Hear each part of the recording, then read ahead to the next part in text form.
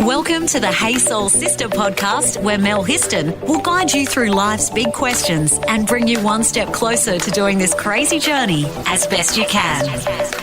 Hey Soul Sisters, today we are getting soulful and really spiritual, talking about one of my favourite topics, how to connect with your spirit guides. Now I know that maybe not everybody knows a lot about spirit guides or may not be into spirit guides, but I totally am.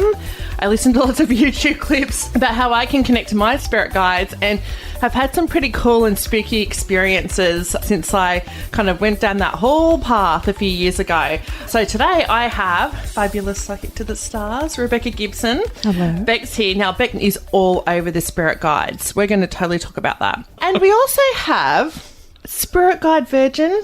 Yes, Spirit Guide Virgin. Kaz Amos here today. Yeah, I'm the newbie on the crew today. I'm fresh. You're fresh meat. Before when she said that, and she said I was laughing at her evil. This is not evil. I just think it's fun when people ask me questions from that place, because I deal with this all the time. So then I talk about it from an advanced level and people will be like, what is this chick banging on about? So I like when people don't know anything, and so then they ask me questions from that place. Beginner's level. Yeah. Yeah, introduction. And it's hard to start communicating without all the jargon and stuff once you've been in the field for a while. So this is perfect. Yeah. Yeah. So no matter who you are, where you come from, or what your life looks like, you have spirit guides sending you helpful messages. So today we're going to talk about the different types of guides, how we can open ourselves up to their wisdom and communication, and what do we do if maybe we feel like we're not really connecting how we would like to. Okay, well, fire the questions away at me so I can wrap my head around my languaging. Okay, well, you know what, Beck? Why don't you share about how it was that you actually came to be like a psychic medium, that you first learnt about or connected with your spirit guides? Okay, well, always, since I was little. So I've never kind of grown out of it. I've shut it down a lot, but I've never kind of grown out of it. But then because I went into psychiatry, so it's been 26 years, my egoic brain has been very influenced by this system of psychiatry saying that it's mad. And so for me, when I first remember seeing guides, the first memory was during abuse. And so psychiatry would say that's dissociation. So I am my own skeptic. I'm like one of these psychics who has very healthy skeptical stuff. So I'm like, oh, was that a guide? Was that just me? So I understand all of that. So do you mind, if you don't mind sharing, so what do you mean by that? You were experiencing abuse and you... As a child. And so my guides would come to me and they would say to me, you need to stay awake. You soul contracted this. And so this will form part of your life later when you're an adult. And so for me, that was very comforting. Then I would like try and cut out these experiences with spirit guides. But then I started learning spirit guides change. Everything's different. There's so many different ways of looking at it. And this is completely faith-based too. So there's not a lot of science around saying that spirit guides actually exist, but there's not a lot of science around other religions either. And so I'm such a lover of science plus spirituality. So if anyone's listening to this, this is faith-based. This is something that you just have an unwavering knowing that I have spirit guides and that there are ways to connect, and that if you don't believe it and you do have a little healthy skepticism and you do want to try it out, there are exercises that you can do for you to start getting validation from the spirit side that yes, I am being guided. And it's very comforting for people once they start to get into this belief. Yeah. I already have my first question. What is a soul contract? Okay, we are souls, higher consciousness that never die. We're constantly experiencing life, transforming, ever changing. This human experience is just a blip, but your consciousness, your soul will continue having other experiences. And so when you come here to have this earthly experience, you come with, these are the things that you're going to experience. You don't remember when you get here until you start going through them. But these are contracts that you've decided that you want to fulfill. These are lessons that you want to fulfill. These are things that you want to pay back, like karma or things like that. And so you then go through your human life trying to remember all of those and fulfilling those contracts. Is it so you can learn, so you can live better and have a better experience? You expand. Yeah? Yeah, you become an expansive, more intelligent, connected in soulful being. Want to fill your soul with more? Go to thesistercode.com. It's really interesting. Years ago, I saw on Oprah Dr. Brian Weiss, who wrote the book Many Lives, Many Masters, and he was the guy, I guess, he wouldn't say he discovered it, but he certainly wrote that book, Many Lives, Many Masters, and around when he was treating a patient back in the 80s. Her name was Catherine, and she was living with a whole heap of anxieties and phobias that she actually was quite dysfunctional as a person. Like, she had to sleep in a cupboard at night. She had all these phobias and stuff around water and choking and what have you. And he started treating her as a psychiatrist. So he was the head psychiatrist. I think it was at Miami University Hospital. He was a highly accomplished doctor and a Jewish man, funnily enough, and actually didn't believe in anything. He was a man of science and did not believe in spirit guides, soul, other realms, the spiritual realm or anything like that. So he started treating this woman and started using hypnotherapy on her. And he made tapes of all the sessions. And I think it was maybe in I don't know if it was the first session, may have been first or second, but she started describing past lives where she had died, and he could actually attribute the phobias that she had now in the ways that she had died in previous lives. And the more that they did this therapy, her phobias cleared up, they disappeared. And then while they were having sessions, she started channeling what they called themselves the masters. So he's got all these tapes and he actually played them on Oprah. I remember the episode, and I had the book. Yes. Because I was so interested in regression therapy. Yeah. That then grew from that experience in that book. And I love that he has the tapes. So he played the tapes and you could hear this woman talking. But the masters talked actually about that, about your soul being born into different lives. And it actually said that the in-between state, which is between lives, that you're in this other dimension, heaven, I don't know, you call it whatever you like, but then you actually get reborn. And before you do that, it's like, okay, these are the lessons, like you were saying, the soul contract. This is actually, you're coming and having a human experience, and because your soul is learning life lessons. And it's like they say, and I know that it can be difficult to get your head around, but they say, you choose your parents. You do, yeah. You choose the parents you're going to be born to, because actually they will teach you things, that whole experience. Louise Hay wrote a lot about that. Dolores Cannon has got countless of books of the transcripts that have come through for people that she's put under hypnosis that have gone into their higher consciousness, speaking back. So that's the hypnosis that I do, is the quantum healing hypnotherapy. And I've done it even on my husband, who's the biggest skeptic ever around this sort of thing, talking about guides, who's guiding them, soul families, what kind of consciousness that you're calling in. There's also a neurosurgeon, his name's Ibn Alexander. Yeah. And he wrote Proof of Heaven. And so I love it when it's coming from people like that. So that would have been one of his soul contracts. You need to develop this very rare form of meningitis. It's going to affect this part of your brain. And you need to be the one to start telling people that this is reality. This is where our consciousness goes. This isn't dreaming. This isn't something that we're just making up with our imagination. This is actual energy and consciousness. And so it's becoming more and more acceptable within the scientific field, and especially amongst mental health practitioners, psychiatrists, talking about consciousness, talking about different kinds of therapies that you can use, and that spiritual health is super important for us to be holistically healthy beings.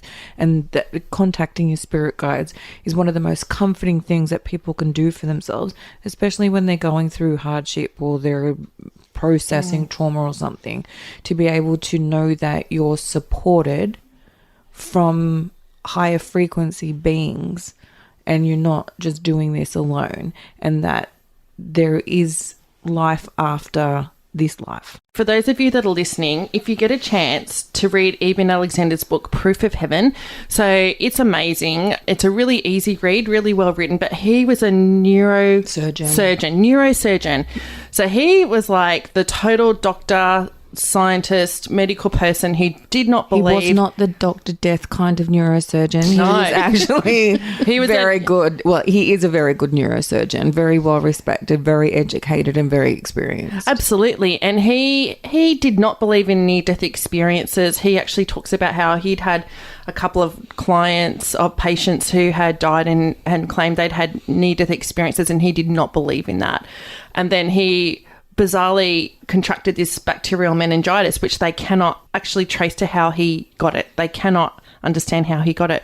But he was brain dead state for 7 days. Was it 7 days? I can't remember how long it was, but he was in an induced coma for a long period of time, and the particular area of the brain that was being attacked by the bacterial meningitis is the part that dreams. And because that part was completely inactive, that they were saying there's no way that you could have been dreaming. But he said that when he went to heaven, he calls it heaven, and he met his guides and stuff, that there was a woman there who said that she was his sister, and she gave him all of this information. And then when he spontaneously woke up out of this coma, where because they were going to turn the life support off, they were expecting him to die. Yeah. And so he spontaneously woke up and he told everybody, and then he mentioned to his family, who's this person? And she says, she's my sister. And then they had to divulge to him, because he was adopted. Yeah, he didn't know. I don't know whether he was adopted or she died earlier. He was adopted, and so she was the biological sister. Yeah, and so that was enough proof of him to realise that what had happened, and the people that he'd met when he was in this coma, that there is proof of what he calls heaven, and that there are spirit guides, and that there is this whole other realms of different consciousness guiding us. Let's get soulful on social media. Search the Sister Code Facebook page and follow us on Instagram. Okay, Kaz, question. What is the difference between, say, your knowing and your spirit guide, and how do you know the difference? Double-barreled. Well, your knowing is your intuition, and then you just start to tune in your intuition more. So for me, I'm using guides to help bring information through, but I'm also exercising my knowing, my senses, heightening them with increased frequency.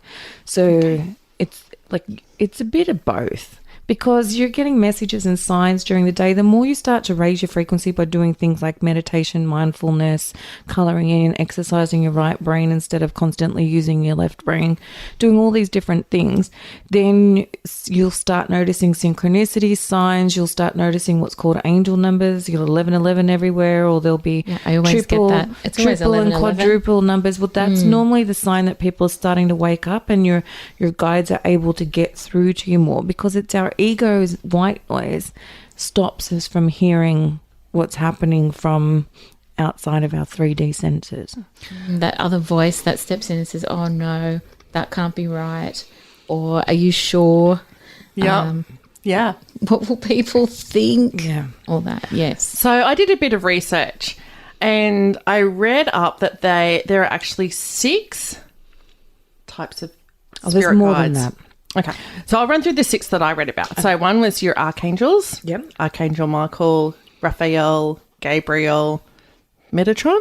Yeah, that's one. Yeah. So there's a few archangels, and there's the arche, the feminine side, so the divine female of archangels, and then you've got different forms, different tiers of angels, guardian angels, and you've got past over loved ones, ascended masters, other beings. So people will be talking about star systems like Palladians, Illyrians, or Andromedans, or Draconians.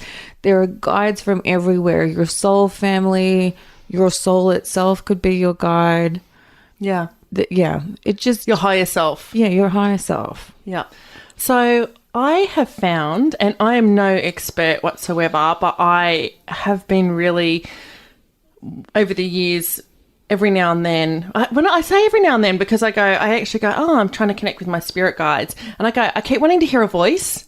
Yeah. I keep wanting to hear a voice. Question. I asked it because I thought, from an audience and beginner's perspective, does it sound like a voice? So I'll tell you about some of the funny experiences that I've had. Okay, so first of all, one day I actually was lying in bed and I was relaxing, doing some deep breathing, and I was like going, okay, guardian angel. I watch a lot of Lorna Byrne on YouTube, and she says that she's been able to see guardian angels and angels since she was a child. And so I'm like, okay, guardian angel, what's your name? Because apparently that's something that you should do. Ask your guardian angel what their name is.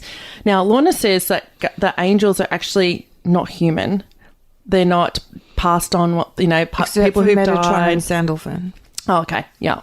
But apparently they're God's beings. They're not actually human at all. But they like to come across with human features so that they are relatable to us. So I was lying in bed one morning and I was like, okay, guardian angel, what's your name? And the name Sarah popped in my head. And I was like, really? Your name's Sarah? I'm like, oh, and then I was like, okay, well, apparently that's what they do. But I was talking to my friend AJ, who's been on the podcast a few times, and she said that she has, done meditations and things and tried to connect with her spirit guides, and she's actually heard a male voice who calls himself Eric. But you know what? And those times, I've had other spooky experiences where I've been sitting on the end of my bed and I've been really distraught about something and feeling really down and actually asking universe, God, source, angels, whoever, for help and guidance. And literally seen all of a sudden the sun come shining through the trees and shining on me on the end of my bed, and looking over and seeing a card on the floor and reading that card, and it was a perfect message for that moment. I've had, little spooky things like that happen. The other day I was like going, okay, spirit guides, okay, guardian angel, so you're there? Okay, give me a sign that you're there. And then I went for a walk with my girlfriend Anita Nelms. We walk outside and she goes, you've got a white feather that's floating above your head as you're walking along. Wow. That's an excellent sign. I know. And I was like, is that you, guardian angel? Sarah? Is that Sarah? But they change all the time. They change. The more you change, the more your frequency raises, the more you're learning lessons, you'll get different guides depending on where you're at. Yeah. So I've had people under hypnosis where I've spoken to their guides, and it's kind of like I've run an insurance call center. I was like, can you, while the client's been under hypnosis, and so it's recorded, and you get the client, like the guide to speak through the client. So it's easier for the client to then take on board there's something legit in this, because it's not coming from the hypnotherapist, it's coming from them themselves whilst they're under hypnosis. And it'll say, I'm just looking up those records now, I guess, just downloading those records now. It says here, blah, blah, blah. And I'm like, have I just rung a call centre? What's happening? Yeah. Want to save your soul? Review us on Apple Podcast. So let's talk about what are some common ways that your spirit guides may be communicating with you that maybe you don't realise. Numbers for sure. That's that 1111 tends to be the most common thing that people start to see. Feathers is a really common one. I've heard white feathers. Yeah. Signs, like literal signs. You can be asking for guidance for something and you'll be driving along and you'll see a sign. Words will start to pop out at you. And I say all this as someone who works in psychiatry because this is all called magical thinking. There's diagnoses for this, but this is what happens. You will start to see signs. Songs definitely are a really big one. For me now, because I'm working with this energy every day, my phone will start to open up onto random things. Like I won't touch my phone. Next minute, something will start playing on YouTube, or a news article will open up, or somebody that I need to speak to's profile will open up on my phone because it's easier for them to use electricity. But even random people just coming up to you and saying something so bizarre and weird, and you're like, what was that about, can be them communicating to you through somebody else. Do you know what? I think that there's more to be done here. I think we need to do another episode to kind of delve even more into this. And I think it's so juicy, and I can see Kaz the Virgin is Soul Spirit Guide Virgin is. Well, I think maybe I've been a little bit more in tune than I expected to know. Exactly. I love it. Okay, Beck, sorry, RebeccaGibson.com.au, or you can find me at Facebook and Instagram, Rebecca Gibson, psychic medium, spiritual strategist. And Kaz, if people want to know and find you, how can they do that? Easy peasy, kazamos.com.au. Thank you so much for listening, Soul Sisters. Part 2 will be coming to you very soon. Thank you. Thank you. Bye. Thanks for listening to Hey Soul Sister with Mel Histon. What would help you on your crazy life journey? Email Melissa at thesistercode.com.